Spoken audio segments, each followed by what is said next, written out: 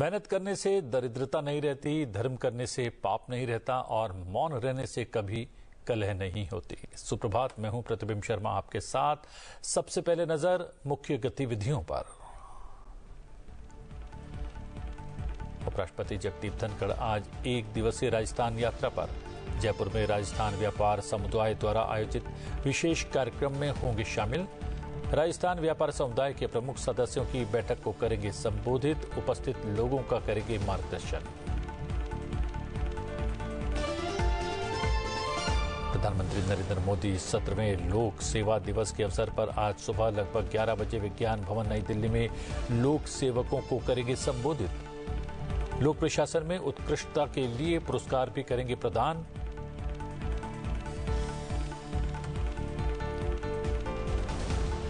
आज से भारत की यात्रा पर अमेरिकी उपराष्ट्रपति जेडी वेंस और उनकी पत्नी उषा दिल्ली, जयपुर और आगरा का करेंगे दौरा। आज प्रधानमंत्री नरेंद्र मोदी के साथ करेंगे भारत अमेरिकी संबंधों के विभिन्न पहलुओं पर चर्चा।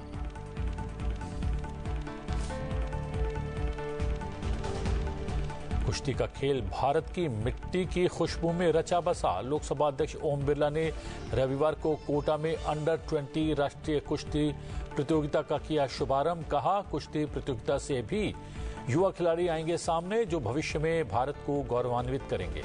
ओलंपिक हो या फिर एशियन गेम्स, कुश्ती ने सदैव भारत का मान बढ़ाया।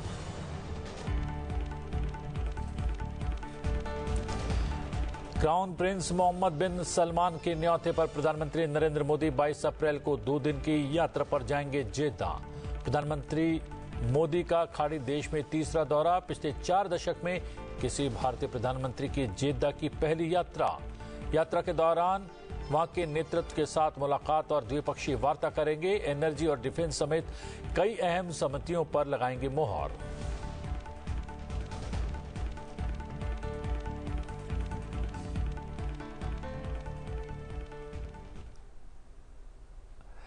प्रधानमंत्री नरेंद्र मोदी 17वें लोक सेवा दिवस के अवसर पर आज सुबह लगभग 11 बजे विज्ञान भवन नई दिल्ली में लोक सेवकों को संबोधित करेंगे। वो लोक प्रशासन में उत्कृष्टता के लिए प्रधानमंत्री पुरस्कार भी प्रदान करेंगे। इस अवसर पर प्रधानमंत्री नरेंद्र मोदी जिलों और केंद्र राज्य सरकारों में चिन्हित प्राथमिकता वाले कार्यक्रमों और नवाचारों के प्रभावी कार्यान्वयन के लिए लोक प्रशासन में उत्कृष्टता के लिए प्रधानमंत्री पुरस्कार प्रदान करेंगे। इस वर्ष प्रधानमंत्री लोक सेवकों को जिलों के समग्र विकास, आकांक्षी ब्लॉक कार्यक्रम और नवाचार की श्रेणियों में 16 पुरस्कार प्रदान करेंगे। उनको इसके माध्यम से आम नागरिकों के कल्याण के लिए किए गए कार्यों के लिए सम्मानित किया जाएगा। प्रधानमंत्री नरेंद्र मोदी समग्र विकास और नवाचारों पर ई-पुस्तकों का विमोचन भी करेंगे। प्रधानमंत्री इस अवसर पर आयोजित कार्यक्रम को संबोधित करेंगे। ये 7वां अवसर होगा जब प्रधानमंत्री नरेंद्र मोदी राष्ट्रीय लोक सेवा दिवस समारोह को संबोधित करेंगे।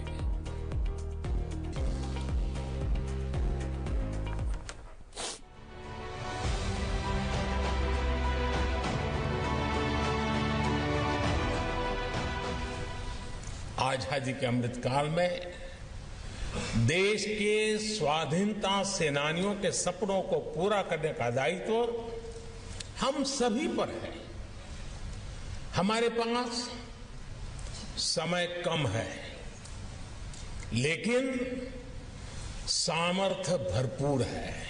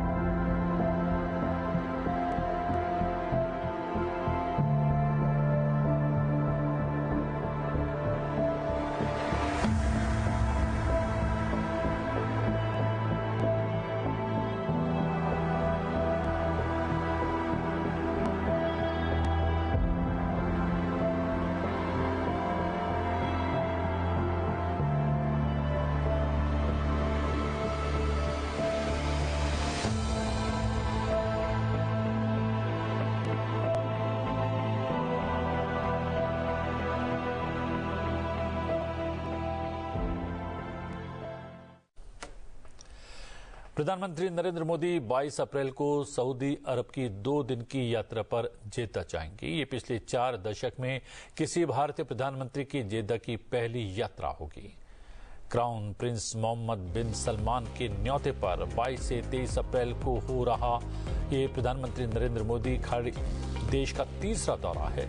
इस दौरान प्रधानमंत्री वहां के नेतृत्व के साथ मुलाकात और द्विपक्षीय वार्ता करेंगे, जिसमें एनर्जी और डिफेंस समेत कई महत्वपूर्ण सहमतियों पर मोहर लगेगी। भारत और सऊदी अरब के बीच आर्थिक, रक्षा और सांस्कृतिक सहयोग के क्षेत्रों में मजबूत संबंध है। प्रधानमंत्री इससे पहले 2016 और 2019 में 2 बार सऊदी अरब का दौरा कर चुके हैं। The Honorable Prime Minister will be paying a visit to Saudi Arabia next week on 22nd and 23rd of April 2025. The upcoming visit will be Prime Minister's third visit in this capacity to Saudi Arabia. He has visited earlier in 2016 and 2019. In 2016, during his first visit, the Prime Minister was conferred the kingdom's highest civilian honor, the King Abdulaziz Sash.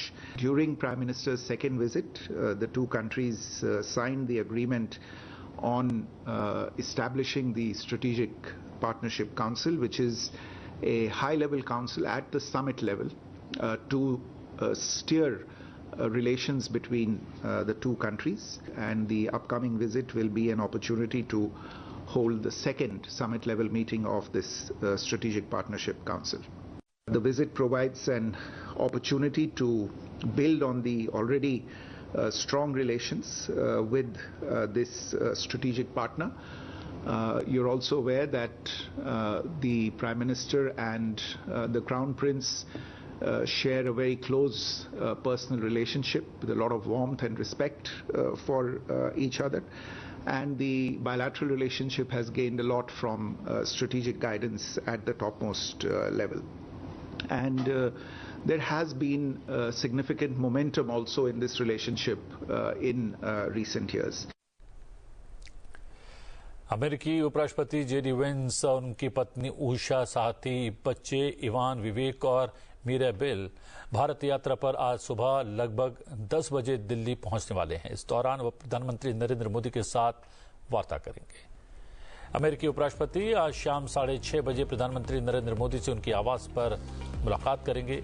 इस दौरान व्यापार, tariff, क्षेत्रीय सुरक्षा और समग्र द्विपक्षीय संबंधों को बढ़ावा देने जैसे अहम मुद्दों पर बातचीत होगी। प्रधानमंत्री नरेंद्र मोदी और वेंस के बीच आज की बैठक में समझौते को जल्द अंतिम रूप देने के साथ साथ दोनों देशों में संबंधों को और बेहतर बनाने पर ध्यान केंद्रित किया जाएगा। इससे पहले वेंस अपने परिवार के साथ अक्षरधाम मंदिर जाएंगे। कल वो जयपुर जाएंगे, जहां वो परिवार सहित यूनेस्को की वैश्विक धरोहर में शामिल आमेर किला समेत कई ऐतिहासिक इमारतों को देखेंगे। 22 अप्रैल की सुबह वेंस परिवार आगरा में ताजमहल का दीदार करेगा। उसी शाम वेंस आगरा से वापस जयपुर जाएंगे और अगले दिन 24 अप्रैल की सुबह अमेरिका रवाना होंगे।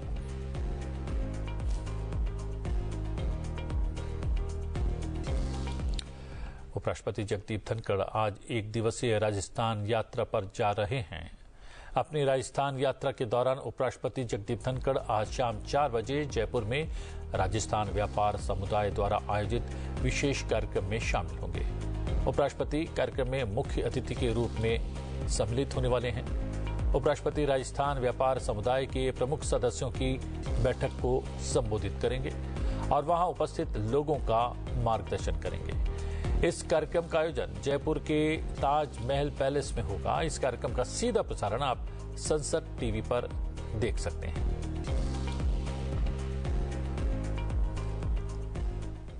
कुश्ती का खेल भारत की मिट्टी की खुशबू में रचा बसा है।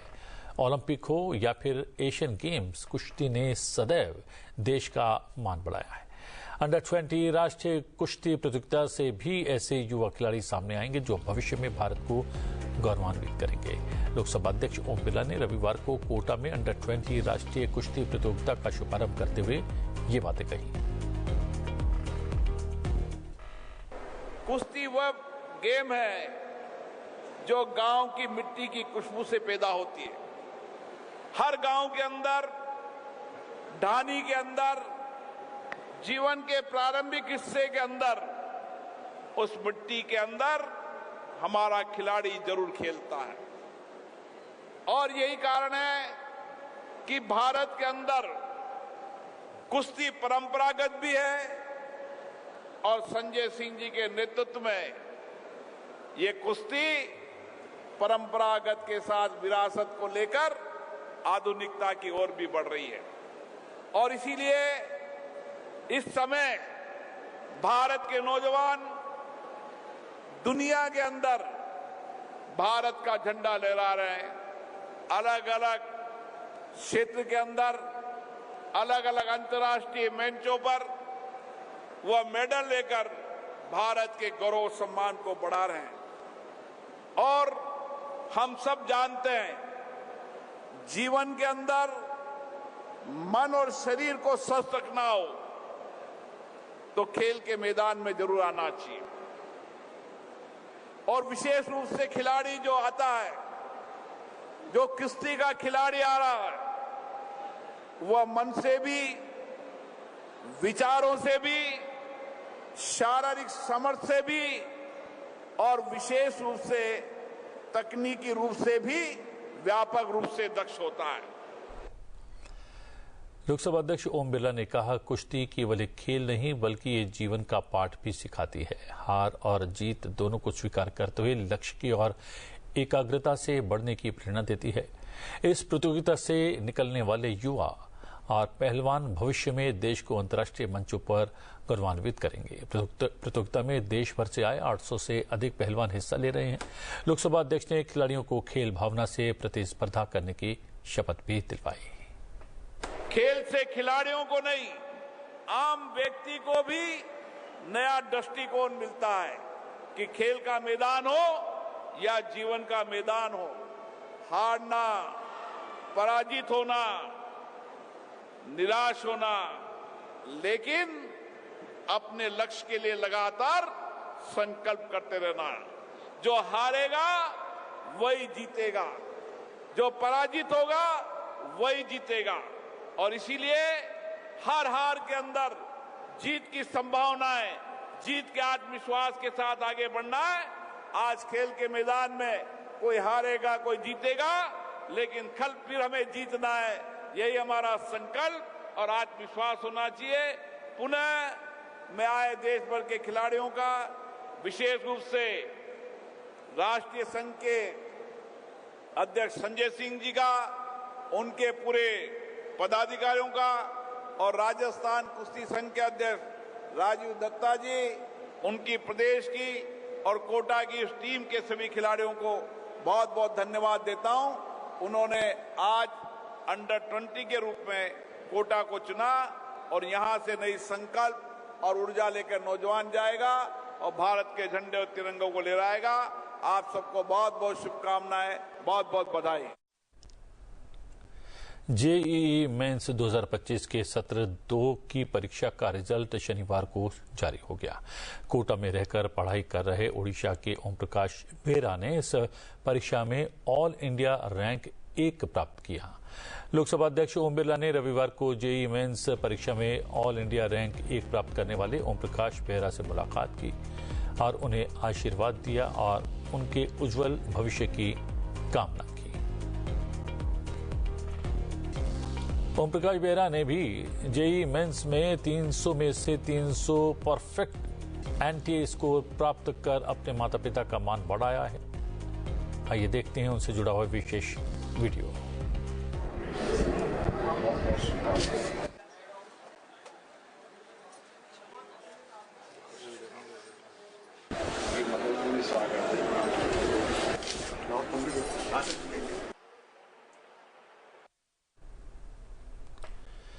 कोनो राष्ट्रीय उद्यान में 2 साल पहले स्थानांतरित किए गए दक्षिण अफ्रीका के 2 चीतों प्रभास और पावक को रविवार को नया ठिकाना मिल गया है। मध्य प्रदेश के मुख्यमंत्री मोहन यादव ने उन्हें गांधी सागर अभ्यारण्य में छोड़ दिया। मूल रूप से फरवरी 2023 में दक्षिण अफ्रीका के वाटरबर्ग बायोस्फीयर रिजर्व से कूनो राष्ट्रीय उद्यान में लाए गए 6 वर्षीय नर चीते सड़क मार्ग के जरिए गांधी सागर अभ्यारण्य लाए गए।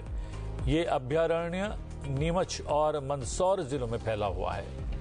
मुख्यमंत्री मोहन यादव ने रविवार शाम को बसी गांव खेमला स्थित अभ्यारण्य में उन्हें छोड़ दिया। हम आपको बता दें कि प्रधानमंत्री नरेंद्र मोदी ने सितंबर 2022 में एशिया में चीतों को फिर से लाने के सफल प्रयास का नेतृत्व किया था। 17 सितंबर 2022 को कूनो राष्ट्रीय उद्यान में 8 नामीबियाई चीते छोड़े गए थे, जिनमें 5 मादा और 3 नर शामिल थे। फरवरी 2023 में 12 और चीतों को दक्षिण अफ्रीका से कूनो में स्थानांतरित किया गया। कूनो में अब 26 चीते हैं, जिनमें भारत में जन्मे 14 शावक भी शामिल हैं। चीता पुनर्वास की दृष्टि से गांधी सागर अभयारण्य में आज 2 प्रभास और पावक हमारे 2 चीतों को छोड़ करके इस चीता अभयारण्य को जीवित करने का प्रयास हुआ है। मेरी अपनी ओर से प्रदेशवासियों, देशवासियों को बधाई। यशस्वी प्रधानमंत्री ने अपने जन्म दिवस के अवसर पर 2022 में मध्य प्रदेश को जो टाइगर स्टेट पहले से था, चीता स्टेट बनाने का गौरव दिया। मैं उनका आभार भी मानता हूं और उसी मनोभाव के आधार पर हमारा पालनपुर कूलों के अंदर चीते हमने छोड़ करके उनको अपने वन्य जीव में सहज अभ्यस्त होने का जो प्रयोग किया गया, यही कारण है कि हमारे अपने देश के अंदर सबसे अच्छी स्थिति में, बल्कि देश तो क्या दुनिया के लिए रिसर्च का ये एक अपने आप में उदाहरण बन रहा है कि मध्य प्रदेश के अंदर आबो हवा में ये चीता न केवल परिवार बढ़ा रहा है, बल्कि अपनी उपस्थिति से सभी प्रकार की जीवन के लिए मूलभूत सुविधा जुटा करके उनकी ग्रोथ रेट जबरदस्त है। भारत में बनी गाड़ियों की मांग दुनिया भर के देशों में तेजी से बढ़ रही है। इसके चलते गाड़ियों के निर्यात में वृद्धि भी दर्ज की गई है। विदेशी बाजारों में यात्री, दोपहिया और वाणिज्यिक वाहनों की मजबूत मांग के चलते भारत का कुल वाहन निर्यात 53.63 लाख इकाई तक पहुंच गया है। हम आपको बता दें कि भारत का ऑटोमोबाइल निर्यात वित्त वर्ष 2024-25 में सालाना आधार पर 19% बढ़कर 53 लाख यूनिट्स पर पहुंच गया है, जो देश के ऑटोमोबाइल सेक्टर की बढ़ती हुई क्षमता को दिखाता है। कार और एसयूवी निर्यात में मारुति सुजुकी और हुंडई शीर्ष पर रहे। वहीं दोपहिया वाहनों के निर्यात में बजाज ऑटो, टीवीएस और होंडा मोटरसाइकिल एंड स्कूटर्स शीर्ष पर थे। Society for Indian automobile manufacturers द्वारा जारी किए गए आंकड़ों के अनुसार वर्ष 2024-25 के दौरान भारत का कुल वाहन निर्यात 53,63,089 यूनिट तक पहुंच गया, जो पिछले वित्तीय वर्ष के आंकड़े 45,494 यूनिट से अधिक है। भारत से यात्री वाहनों का शिपमेंट वित्त वर्ष 2024-25 में बढ़कर 7,70,364 यूनिट्स में पहुंच गया है, जो वित्त वर्ष 2023-24 में 6,72,105 यूनिट्स पर था। पिछले वित्त वर्ष में 2 व्हीलर्स का निर्यात 21% बढ़कर 41,98,403 इकाई रहा, जबकि 2023-24 में ये आंकड़ा 34,58,416 इकाई था। वित्त वर्ष 2023-24 की तुलना में 2024-25 में तिपहिया वाहनों के निर्यात में 2% की वृद्धि हुई है। ये 3.1 लाख इकाई रहा है। पिछले वित्त वर्ष में वाणिज्यिक वाहनों का निर्यात 23% बढ़कर 80,986 इकाई रहा, जबकि इससे पहले साल ये 65,818 इकाई था।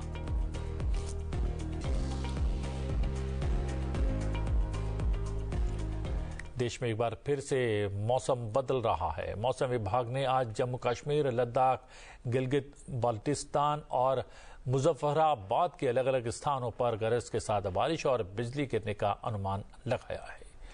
जम्मू कश्मीर के रामबन जिले के कई क्षेत्रों में रविवार सुबह बादल फटने के कारण भारी बारिश के बीच अचानक बाढ़ और भूस्खलन हुआ, जिसमें 3 लोगों की जान चली गई और कई घर और सड़कें क्षतिग्रस्त हो गईं, जबकि 100 से अधिक लोगों को बचा लिया गया।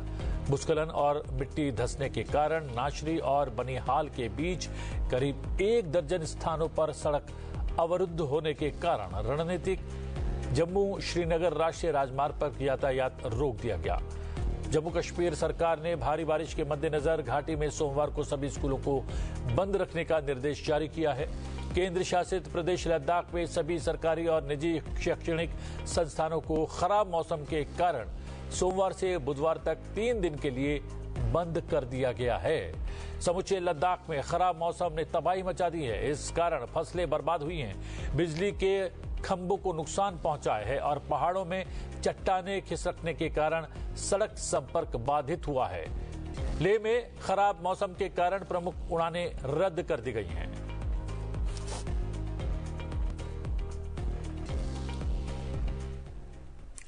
राजधानी रांची के नामकुम स्थित खोजाटोली आर्मी ग्राउंड में आयोजित सूर्य किरण एरोबेटिक टीम की एयर शो ने न सिर्फ लोगों को रोमांचित किया बल्कि देश की रक्षा क्षमताओं से भी लोगों को रूबरू करवाया।